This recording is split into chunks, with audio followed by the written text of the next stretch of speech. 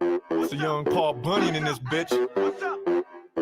I got babes. Swear to God, it's some real tits. Real shit. Whole squad gotta feel this. Swear to God, this light work. Back and forth through the night till the fight work. I'm the shit you are gonna need a diaper. When it come to get pussy, I'm a lifer. When you thought I couldn't get nicer, your boy step in the ring like Tiger. And you wonder how good my mood is. Walk around the hood, all I get is deuces. Bitch, me, you ain't know the food is. Getting HJs all through the movies. Yeah.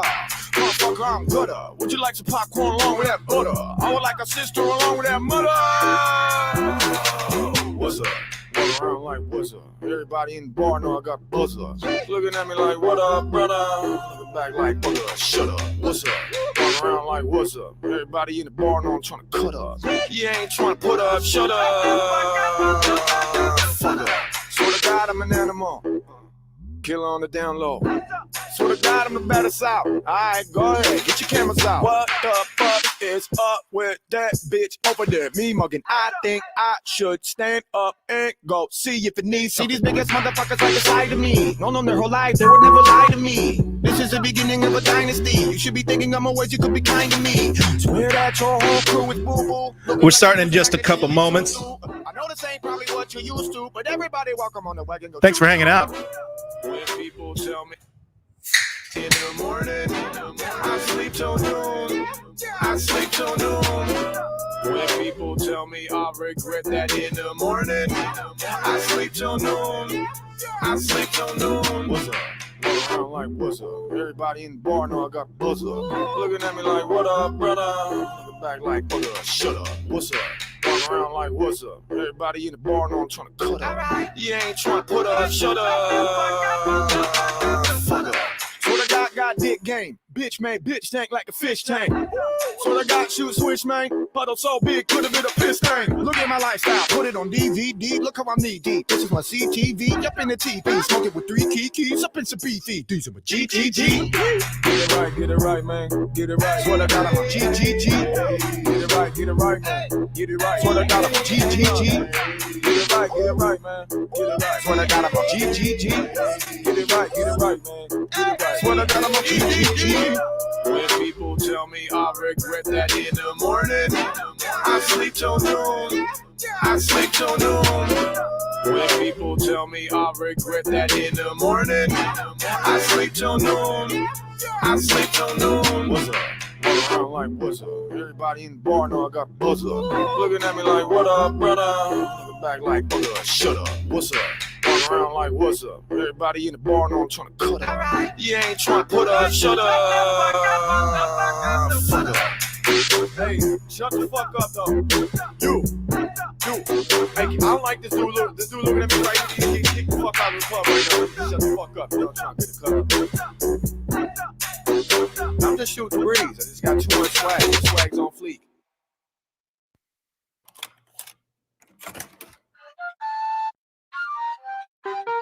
I got guns, hoes, money, troll, cars, boats. You should know. Dogs, bros, swine, bros. Hold up, bro.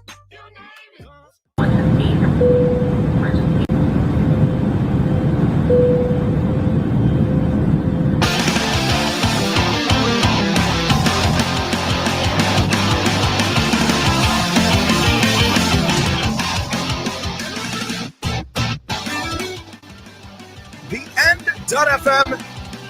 I am DJ Zwain. This is the Hijack.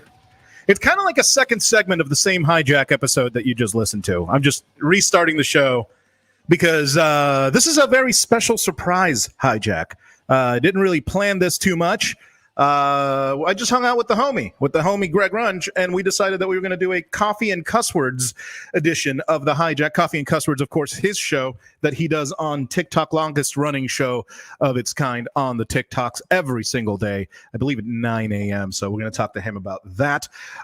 Thank you for checking out the show. My name is DJ Zwain, a.k.a. the Audible Chocolate of podcasting. The show is brought to you by a few people, by a few things, by a few sponsors. First thing, you go to the N.FM. You can subscribe to all the shows on the N.FM. You can subscribe to the mixes. You can subscribe to Irreverent, the Hijack, or the Monday Music Mix and the Monday Music Mix on any of your favorite platforms, including Spotify, who is catching a little bit of heat because of the Rogan thing, which we'll talk about. We talked about it last episode, and I wanted to kind of get another content creator's view on it because that's it's a thing that is happening in the world, and it's giving everybody, if nothing else, it's giving everybody it's giving all the ships a little bit of a raise as far as the what a podcast means, which is great. So we're going to talk about all that, but the show is also brought to you by, obviously, buddocs.org. Go to buddocs.org and scroll down to the bottom at the N.FM, and you go to buddocs.org and set up your appointment. Set up your appointment to get your medical card. Obviously, check out the residencies that are coming up. Rhonda's tomorrow. Tomorrow we are rocking at Rhonda's, DJing starting at 9. And then after that we got Tuffy's once a month, second Thursdays, and finally, the West End Trading Company. Thank you to Johnny and Paul and everybody there, Dustin, for letting me take over the vibes on Saturday night starting on March 5th. So thanks so much for that. Without further ado, I wanted to introduce the homie.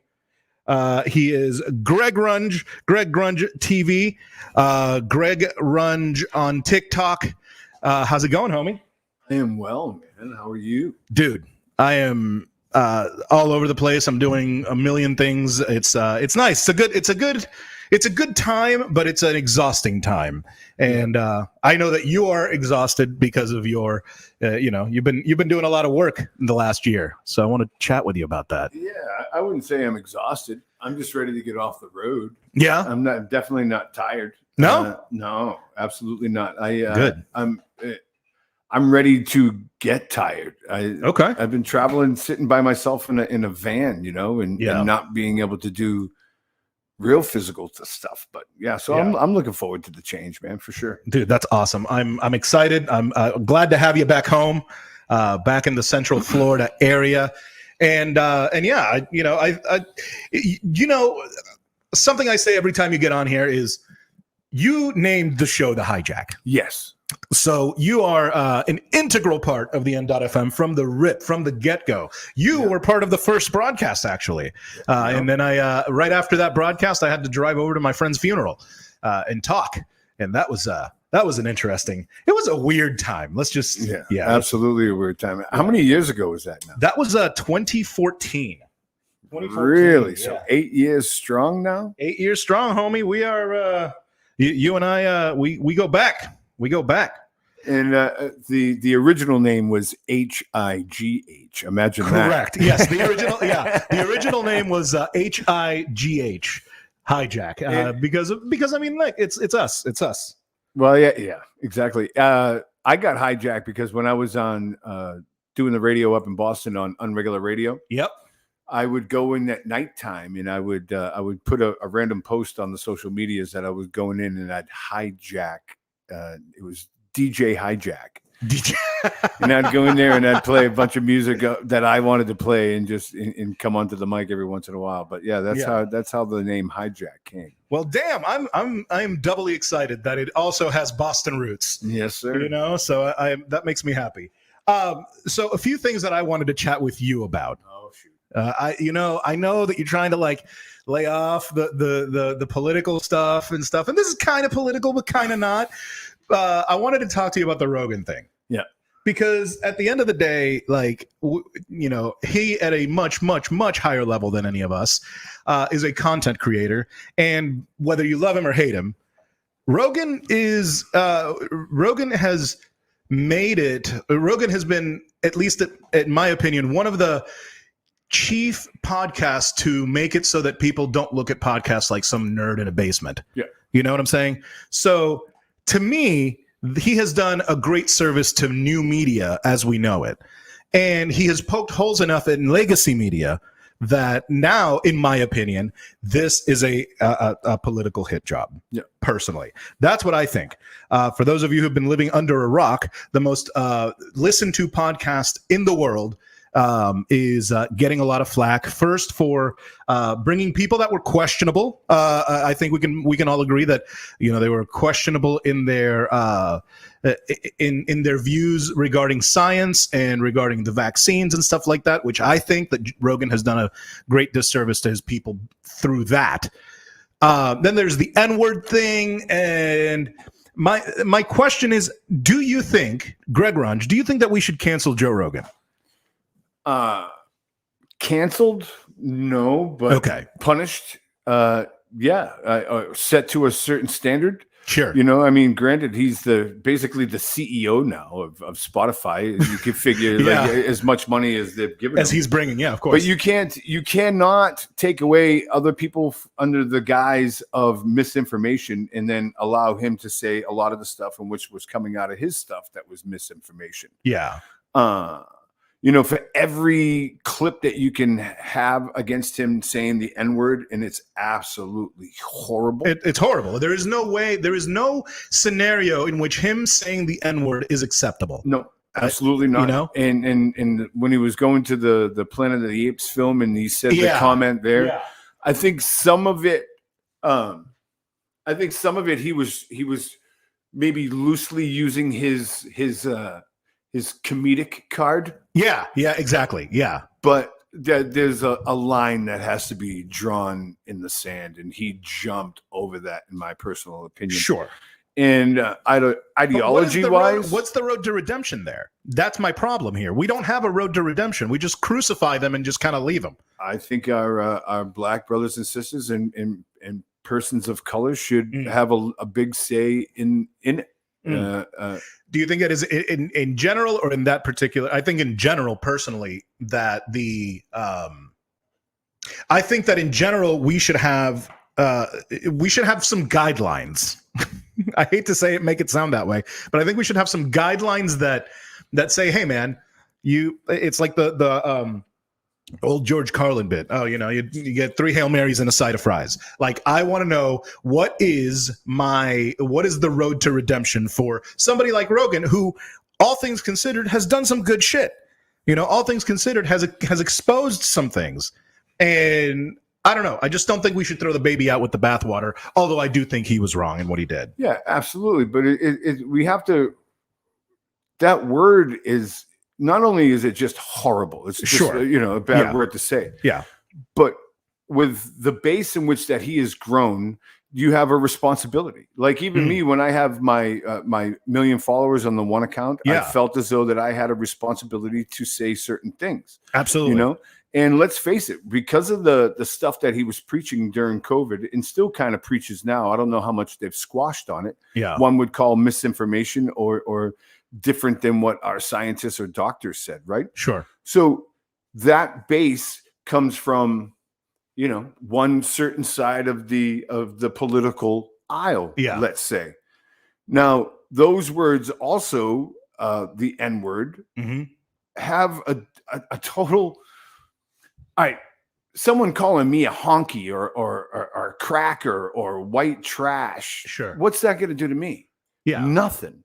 What's that going to, but you drop in the N-word so easily, and especially onto a crowd in which let's say is pretty fringy on the racist side. What do you mean by pretty fringy on the racist side? Well, they're the seems like the group in which that have been siding on the Rogan side have been also the guys that wear khaki pants, polos, and carry torches. Yeah. Okay. So the difference of him easily just dropping the N-word to, the N-word can kill a black guy. The white trash word isn't going to do a damn thing to me, but make me angry for a second? Yeah. No, and I get that. It's a different word in different consequences. So what do you think is a bigger reason for outrage, I guess? Do you think that the COVID misinformation or the montage of N-words? Because like there are people that are saying the N-word is it. Like what was it? The Rock, I think it was, that like he was totally cool. He was defending Rogan, and then the N-word thing came out, and he's like, I'm out. I'm out. But The Rock is also has African American blood in Of him course. too, right? Yeah, I don't. So think again, so anybody, me and you as a brown guy, yeah. and me as a white guy. I mean, again, looking at it with different lenses and different aspects. You know, That at makes the sense. end of the day, is the N word gonna hurt me as a white guy? No, but the N word could still physically hurt you or The Rock. So yeah, there is a line in the sand. I think there should be consequences. I agree with you. I think that there should be consequences, but I won't go back to there should be some sort of road to redemption.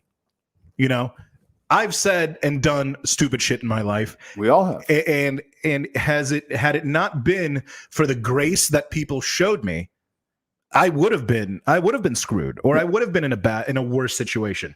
So what's the road to redemption for that? Like, there are things that there is no road to redemption, in my opinion, for. Absolutely. I mean, see, and that's a discussion that you have to even go deeper to, I guess, and just say, what about cancel culture as a whole? Cancel culture is cancel culture necessary? Definitely, I think in some aspects, like like Milo Yiannopoulos.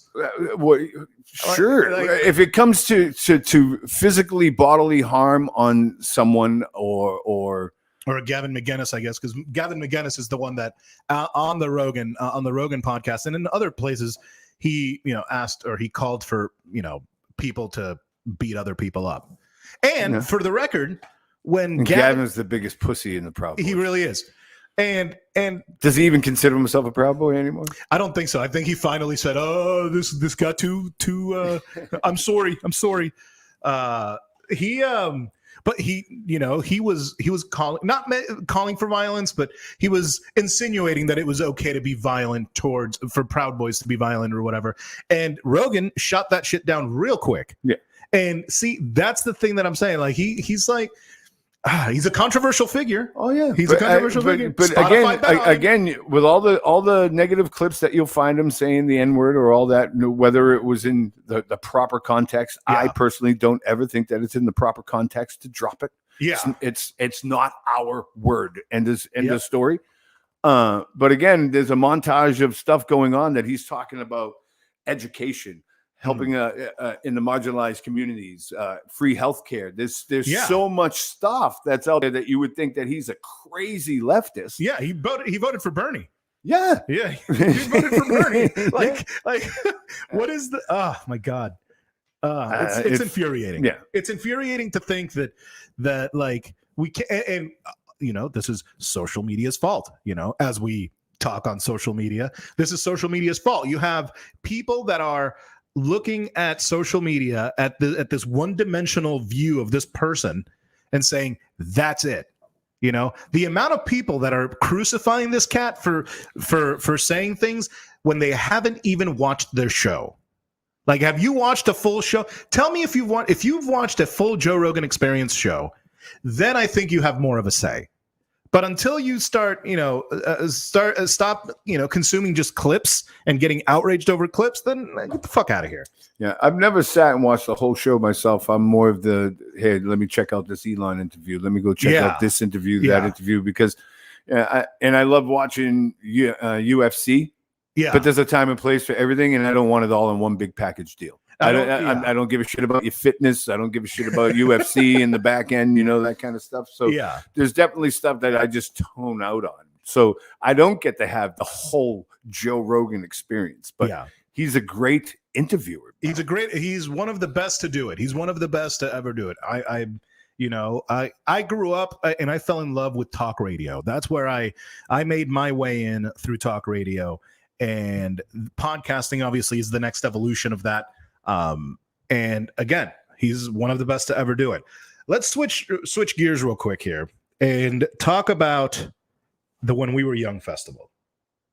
When We Were Young festival, for those of you who have not heard, is October 23rd, 22nd, 23rd, and 29th at the Las Vegas grounds. It's already sold out. They have a waiting list for you if you're interested. When We Were Young includes My Chemical Romance, Paramore, AFI, The Used, Bring Me the Horizon, Taking Back Sunday, Dashboard Confessional, Alkaline Trio, Manchester Orchestra, A Day to Remember. This is mid 2010s scene core heaven. Avril Lavigne is on the center of the thing. Jimmy Eat World. There's just so many bands. It's a great lineup. It's a fantastic lineup. About 60 bands or something like that. And general admission, $244.99. General. And that initially was going to be for a one-day show. Yes, that was for a one-day show. Let's see here. The tier 3 is like $419. VIP is $519. VIP Cabana Hotel. This is Live Nation throwing this. That's nuts. So let's just do simple math for a second. You Yeah. said there were 3 stages, right? There were 3 stages. Yep. And a festival has to have a curfew. So let's just, for shits and giggles, say midnight. Midnight, yeah. And let's say gates open at noon. So 12 Vegas, hours. though, so it could be. It could go all night, could right? go all night, yeah. So it could be Vegas, but they added the shows, and I think that they just like doubled up on the bands or something like that. They copied and pasted the. I don't know. It's very shoddy. At least the promotional side of it is very shoddy.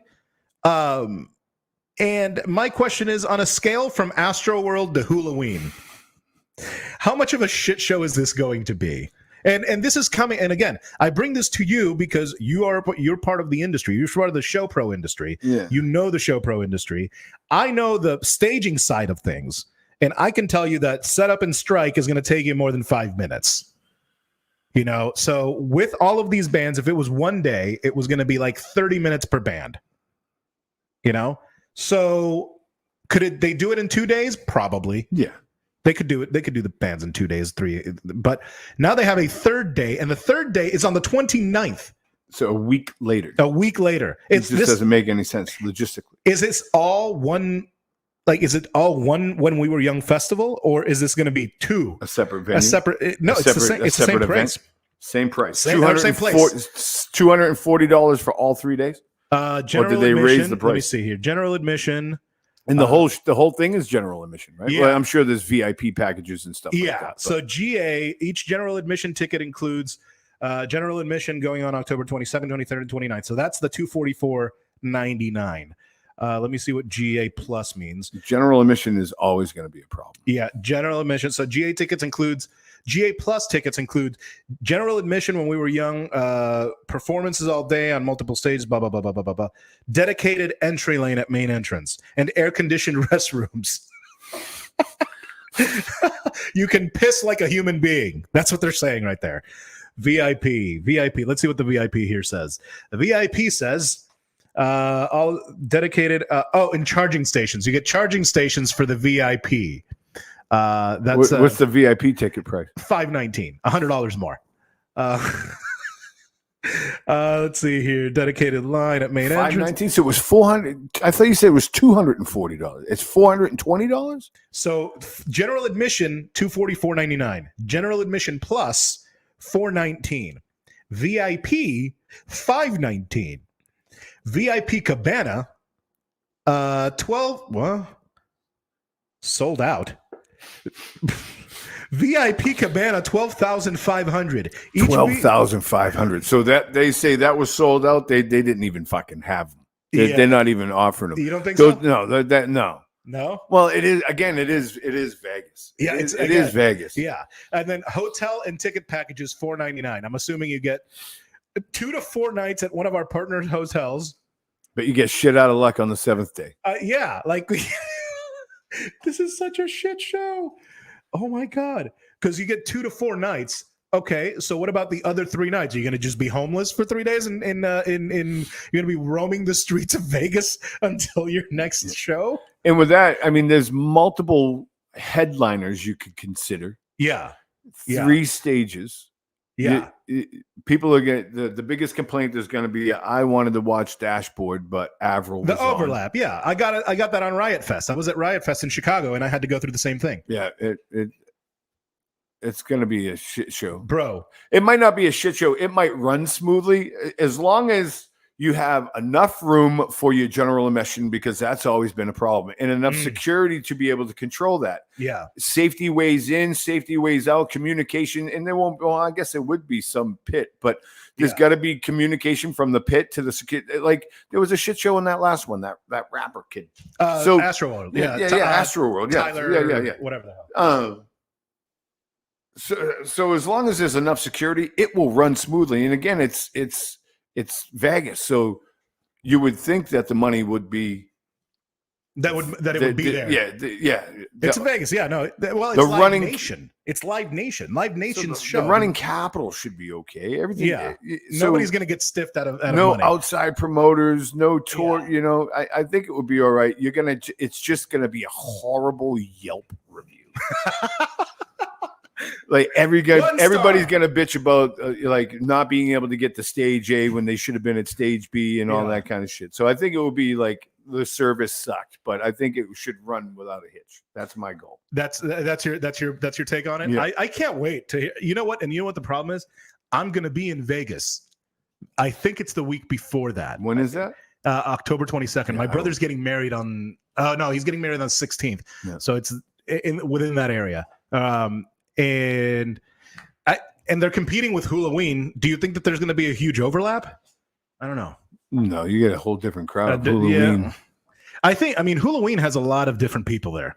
It's I'm excited about Halloween already. I don't even know who's playing. I don't care who's playing. Yeah, Swanee's my favorite venue in the country. Yeah. Oh my God. Because I haven't seen a show at Red Rocks. I've been to Red me Rocks too. and I've been like, oh, but I haven't seen a show. I was at Red Rocks hanging out. Maybe dropping off ashes at 15 minutes before the Jonas Brothers were doing their sound check. See, and I didn't think it was open for shows when I was there because of the whole COVID stuff. But my son and I went and did the hike, and that day, Widespread was playing that night. Oh my God! Yeah, oh, dude. Yeah, and if I knew, I would have been able to plan, but we had to leave. Yeah. I hate going to, because the last time I was in LA, I was there for work. I hate going to places either for work or for play and missing a show of a band that I like or that I want.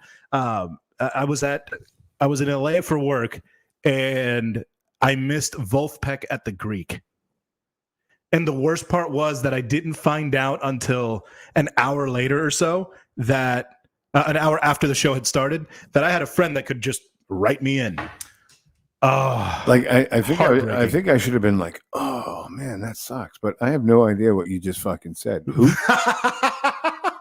You don't know who Wolfpack is? Wolfpack? Wolfpack. Gesundheit. Yeah, no. Did you sneeze? No, Wolfpack. Yeah, oh my God. Yeah, man. No, they are not off my favorite living band. My favorite band of all living members. Oh my gosh, I can't play you something because you don't have cans. Yeah. You don't have cans. Good morning. Yeah.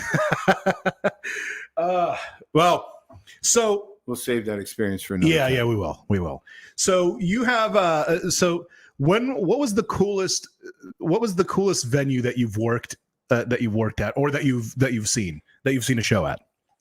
My favorite is my hometown. Obviously, anything that I can do at Gillette is just such a good vibe. Yeah, or Fenway Park or something like that. Yeah. I've known people that would be like, man, I'd give my left arm to go in that dugout, and I'd be like, dude, I fucking slept in the dugout. I took a nap there. Yeah, I slept. But no, my favorite experience and it's to this day is my favorite beach because I haven't seen all the beaches in the country yet.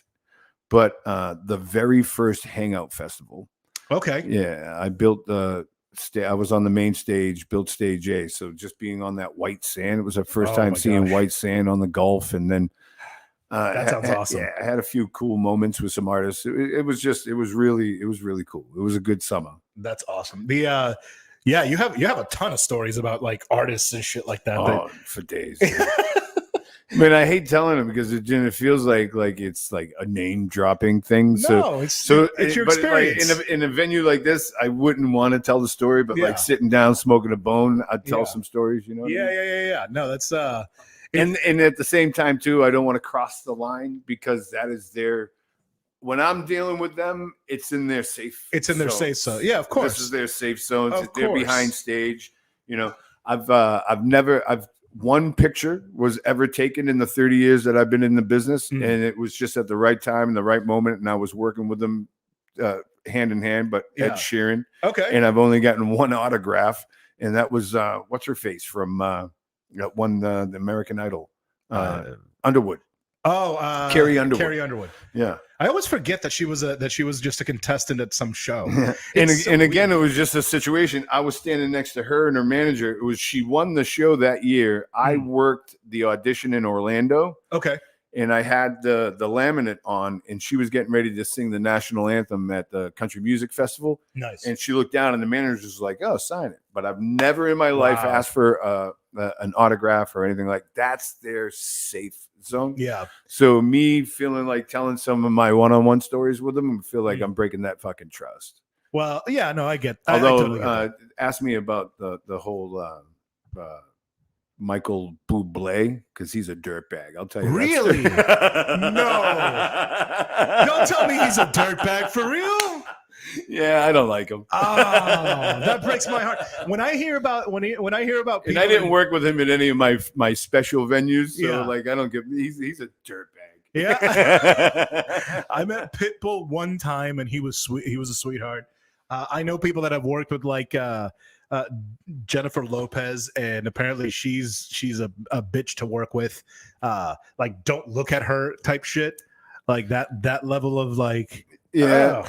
Back in the day, and it's not like this anymore, so I'll say it. But when Mom was in control, back in the day when Taylor Swift would come on as a kid, as a young artist, Mom would have everybody in the venue turn around so they wouldn't see her walking in, or so she wouldn't feel threatened or whatever. Okay, I mean, us stagehands are kind of scraggly and kind of yucky, but that was the only kind of like moment that I've had. But I've worked with her camp significantly, and her group is my absolute favorite. The Swifties, dude. She doesn't get the credit that she should get. Really? Yeah, she's no joke. She will go down in history as like top female musician. She has her hands in everything. She's brilliant in business, tour managing, everything. Nice. Her writing, all of it. Taylor Swift and her camp, by far, one of my favorite. I don't think that I've had like a real terrible celebrity experience. I've had weird ones. When I worked in conservative talk radio, I talked to Rumsfeld. That was he was actually sweet. He was a sweet guy for being a war criminal. Not bad for a war criminal, right? Yeah. Sweetheart of a guy. He can't travel the country or anything. Or travel the world rather. He'll get snatched up. Yeah. I met Jonesy, Alex Jones. We were on the same station, dude. Jonesy, you're calling him like Jonesy, good old Jonesy. You know who called him that? Shannon. Shannon got me into calling him because it was so hilarious. Apparently, there's a story about Shannon Burke making Alex cry in his station in Texas back in the day. They were friends for a long time or whatever. But this is before this is before the kindergarten shooter conspiracy thing that he was pushing. This is before that blew up. Like, he was saying it, and he was saying it on the air, and I'm just like, this motherfucker is crazy. Like, when I was there, and I mean, look, it was conservative talk radio, so like, the crazy abounds. And he was just so like, it was weird because he didn't turn it off he was just a quieter version of himself when the cameras were off. We were in the green room eating pizza, and he's saying the same shit that he was saying, but in a more calm tone, which lets me believe. So he actually believes the shit that he's saying? I guess, or maybe like I would have more respect for him if that was his shtick. Like, I don't have respect for, I wouldn't, but you know what I mean? Yeah. Well, he was, when he was talking, man, I was listening to him, and the thing is, imagine being married to something like that. No wonder why he couldn't keep a wife, and she's got money. Like, he's gonna have to work just to pay off the families from Sandy Hook. Yeah. Yeah, no, for sure. Like he is. But again, there's another example of, and I guess Rogan and him are friends, but because of course, should we cancel him? Is he a cancelable person? Like how far? My question is, how far in do we go with this? Like is there a path to redemption for Alex Jones? Oh, see, the whole thing about canceling, especially like words like this, even Trump, taking away Trump, even taking away Trump's Twitter, I mean, where do you draw the line of censorship? I'll be honest with you, I was a little concerned when they took it and they still don't, and they still haven't given him back. Nope. It's like, is it a lifetime ban for dude? Yeah, it's a lifetime. See, I mean, where do you draw the line? I've never liked Trump as a human. No, yeah. And I don't like and Biden is every bit of a politician that I don't like. Yep, you know exactly. what I mean? Yeah. But where do you fucking draw the line? So no, Alex Jones should you cancel? He should get consequences. There should always be consequences when you can be proved by fact that your opinion doesn't mean fucking jack. Yeah. And there should be consequences. Maybe an asterisk. Should there be censorship or anything like that? Because the bottom line, I don't believe what Alex Jones says. I'm not going to watch Alex Jones. Yeah, you're not the devil. I'm gonna go on. Or do I watch Alex Jones to get the giggle? What's this dickhead saying now? Yeah. Yeah. Look at this. Yeah. So it's comedy for me. But dude, here's I think the more important thing is, where do you draw the line to how many fucking people believe that shit? It's a matter of the number of people. It's like people. It's again with Rogan, the number of people matters. There's strength in numbers, bro. When Alex Jones was when I was on the same station, he did a live show from the Highlight here in Altamont. 1,103 people. That place holds. I know that because he sold it out. I was outside smoking a cigarette in between breaks or whatever. And I had my VIP lanyard. It's right there. My little VIP lanyard. It's hanging on the light thing. Yeah. It says Alex Jones VIP pass. and a dude, this couple that was at the event is looking at me with all the envy in the world, going, "Oh my God, do you work with him?" I was like, "Yeah." You should have sold it to him. You know what? I should have, but I needed to go back to work. But yeah. So like, I go, "Yeah, man. So like, where'd you guys come from?" And he goes, "North Carolina. We drove down here for this show." I'm like, what the fuck? And dude, I was there. Like, it wasn't a great show. Like, it was. This is real. Didn't he have like a gay frog or some shit? Yeah. Oh yeah. He turns the chemicals that they're putting in the water is turning the frogs gay. It's gonna turn the frogs gay. Oh, I have a couple friends that have a great Tea Time Timmy from WEUS, from my old radio station, did a great Alex Jones impression. Turn the frogs gay. It's gonna turn the frogs gay. Oh my God! It was such a weird time. I was on at the same time with Alex Jones. I was there with Ben Shapiro. Shapiro had a show on Sundays there. Jones had a show every day. Afternoon drive. No, it wasn't afternoon drive. It was evenings. It was right after. So just a crazy fucking. Anyway, what do you got going on, man? Oh, so what's okay? So you just got done. You have a year traveling the country, mile zero. What's the next step? Gonna stay here for a year. Gonna try to build up that show. Okay. A podcast and hopefully sell it to terrestrial. We'll see how that goes. Nice. Talk radio, TOK, based on everything about TikTok, because the community is huge, the demographic is giant, and whether it's the most relevant music or stuff like that going on right now. I just think it's a concept that would blow up. So I asked you to be my producer on that. Man. So hopefully we'll be working on that. Yeah. So yeah, I got off the road for the last 9 months, 10 months. Been traveling the country, helping our brothers and sisters in the homeless community. What's the most breathtaking place you went to? Salt Lake City will have my heart. Really? I wouldn't say it was necessarily breathtaking, but being on the salt flats, going down the Moab, driving up a mountain in the van. Awesome. Those things were beautiful. And if there was an ocean there, I would want to have like Utah as my home.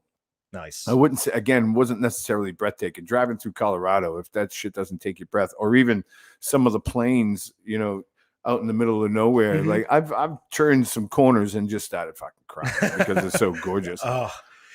Dude, I've been following you. We've been friends for a long time, but I've been following your TikTok. I literally get on TikTok to follow like 5 people, and you're like one of them.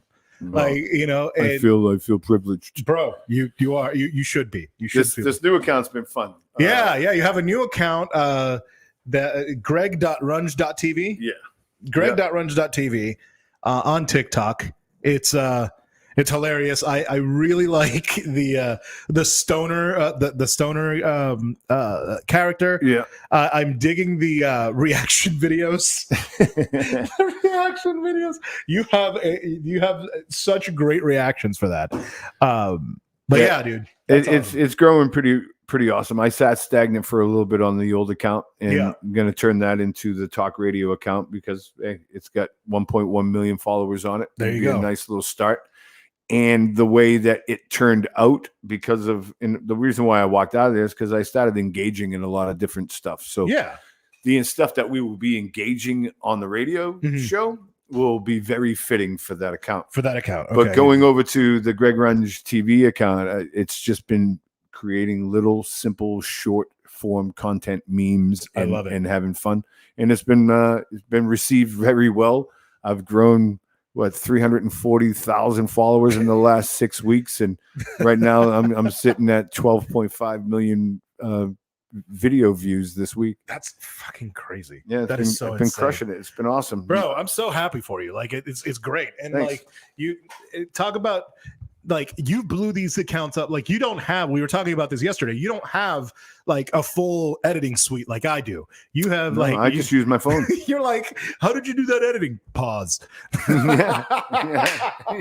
I paused it. I'm actually going to do a tutorial today. There's a video of an amazing girl who uses her own music, and that's so fucking brilliant. Yeah.